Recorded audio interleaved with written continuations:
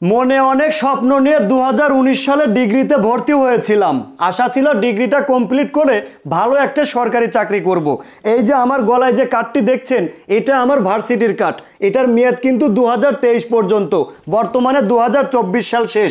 এখন একটু পয়েন্টে আসেন। 2019 থেকে খাচ্ছি বাস, এখন চাই অটো পাস। যদিও কথাটি শুনতে খারাপ শোনা যায়, যদিও অটো পাসের পক্ষে আমি নিজেও ছিলাম না, কিন্তু এখন আমার বাধ্য হয়ে অটো পাস নিতে হচ্ছে। এখন অনেকে বলতে পারেন, হাশেম ভাই কেন অটো পাস নিতে হচ্ছে? দেখেন, আমি 2019 সালে ভর্তি হলাম। হিসাব নিকাশ করলে আমার যদি কোনো গ্যাপ না থেকে থাকে, আমি যদি কোনো সাবজেক্টে কোনো ইয়ারে ফেল না করি, সেক্ষেত্রে আমার 2023-এই আমার ডিগ্রিটা কমপ্লিট হবার কথা ছিল।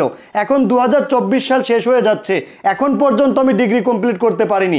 ফাইনাল পরীক্ষাটা পর্যন্ত দিতে পারিনি।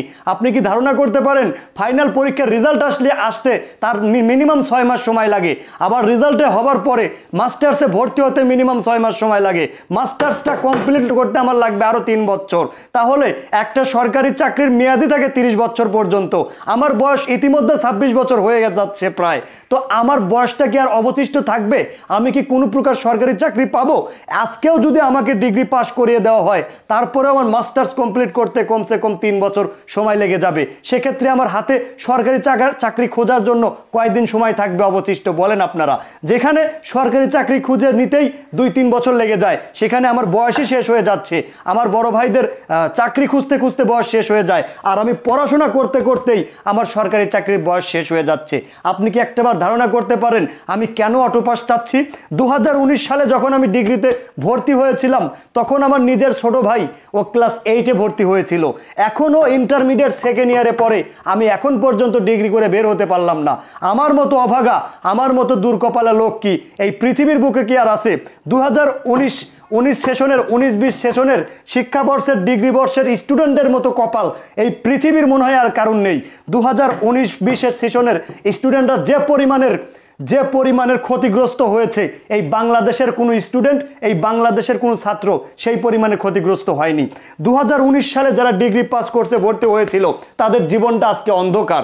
তাদের জীবনটা আজকে অন্ধকার করে দিয়েছে। যখন প্রথমে 2019 সালে আমরা ভর্তি হলাম, 2020 সালে আমাদের প্রথম বর্ষের পরীক্ষা হবার কথা ছিল, চলে আসলো করোনা। করোনা আসার পরে আমার একটানা আমাদের 1 থেকে 1.5 বছর সময় নষ্ট হয়ে গেল।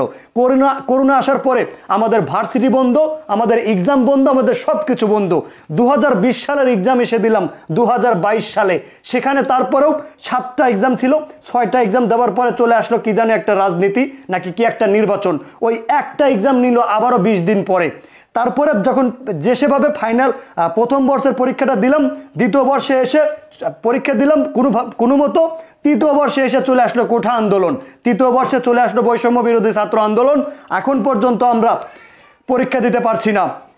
এই ডিগ্রি তৃতীয় বর্ষের স্টুডেন্টরাও বর্তমানে দেশের জন্য একটা অভিশাপ। ডিগ্রি তৃতীয় বর্ষের স্টুডেন্টরা বর্তমানে তাদের বাবা মার জন্য অভিশাপ। ডিগ্রি তৃতীয় বর্ষের জীবন, ছাত্রদের জীবন পুরো অন্ধকার। তারা কখনো চাকরি তো পাবেই না, চাকরির আশাও তারা করতে পারে না। এখন আমার পড়াশোনা শেষ করার আগেই আমার চাকরির বয়স শেষ হয়ে যাচ্ছে। আজকে যদি আমার চাকরির বয়স শেষ হয়ে যায়, আপনি কি আমাকে চাকরি দিবেন? আজকে যদি আমার চাকরির বয়স শেষ হয়ে যায়, আপনি কি আমার পরিবারের দায়িত্ব নেবেন? যেখানে আমার বাবা কষ্ট করে তার নিজের কষ্টের উপার্জনের টাকা দিয়ে আমাকে পড়াশোনা করিয়েছে, তাদের শেষ জীবনের ভরসা হওয়ার আশায়, সেখানে আমি তাদের জীবনের নিরাপত্তা নিতে পারছি না, সেখানে আমি তাদের দায়িত্ব নিতে পারছি না। আজকে যদি এই ডিগ্রি পাস কোর্সে ভর্তি না হয়ে আমি যদি একটা মেকারের দোকানেও কাজ শিখতাম, তা আমার ভবিষ্যৎটা সেটেল হতো। আজকে আমার ভবিষ্যৎটা কে করে দিবে? আজকে আমার ভবিষ্যৎটা কি আপনি করে দিবেন? যেখানে আমি পর্যাপ্ত পরিমাণের পড়াশোনা করার পরেও, যেখানে আমার কোনো ইয়ারে গ্যাপ নেই, যেখানে আমার কোনো ইয়ারে কোনো ফেল নাই, কোনো সাবজেক্টে ফেল নাই, সেখানে আমি পাশ করে বের হতে পারছি না। এই ডিগ্রি আমি বলবো না এটা যে কোনো একটা নির্দিষ্ট মহলের কাজ, আমি এটা বলবো না। এটা আমাদের আমরা ভুক্তভোগী, আমরা সবাই। কিন্তু এখানে আমার কিছু কথা রয়েছে। এখন যেহেতু আমরা পরিস্থিতির শিকার, জানি এটা কেউ ইচ্ছা করে করেনি, কিন্তু পরিস্থিতির তো শিকার, তো আমরা ভাই অটো পাস চাই। এই 2019-20 সেশনের স্টুডেন্টদের ডিগ্রি ফাইনাল ইয়ারে অটো পাস চাই। 2019 থেকে খাচ্ছি বাস, এখন চাই অটো পাস। দ্বিতীয় কোনো কথা হবে না। আজকেও যদি আমাকে অটো পাস করিয়ে দেওয়া হয়, মাস্টার্সে ভর্তি হতে কমসে কম আমার আরও 1 বছর লেগে যাবে। 2 বছরে মাস্টার্স কমপ্লিট করতে কমসে কম 3 বছর লেগে যাবে। সেখানে আমার চাকরির বয়সটা কোথায়? আমি চাকরির বয়সটা কোথায় পেলাম? যেখানে একটা সরকারি চাকরিজীবীর বয়স থাকে সর্বোচ্চ 30 বছর পর্যন্ত, সেখানে আমার অলরেডি 25 বছর হয়ে গেছে, হাতে আছে 5 বছর, মাস্টার্সটা কমপ্লিট করতে আরও লাগবে 4 বছর, আমার হাতে থাকবে 1 বছর। 1 বছরের মধ্যে কি সরকারি চাকরি খুঁজে বের করা সম্ভব? আপনারাই বলেন, যারা সরকারি চাকরির জন্য প্রিপারেশন নিয়েছেন ইতিপূর্বে আপনারা বলেন। আমার নিজের বড় ভাই 2020 সাল থেকে সরকারি চাকরি খুঁজতেছে, 2016 সাল থেকে সরকারি চাকরি খুঁজতেছে, 2024 সালে এসে পাইছে। 8টা বছর সে শুধু চাকরিই খুঁজেছে, 8টা বছর সে শ্রম দিয়ে গেছে, 8 বছর পরে সে চাকরি পেয়েছে।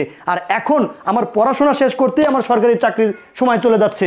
তাহলে আমার এই হাজার হাজার টাকা, লক্ষ লক্ষ টাকা খরচ করে পড়াশোনা করে লাভ হলো কি? এই যে এখানে আমি শ্রম দিলাম, এখানে আমি সময় দিলাম, এই ডিগ্রি পাস করছে, হাজার হাজার টাকা নষ্ট করলাম, আমি আমার ভবিষ্যৎ শূন্য।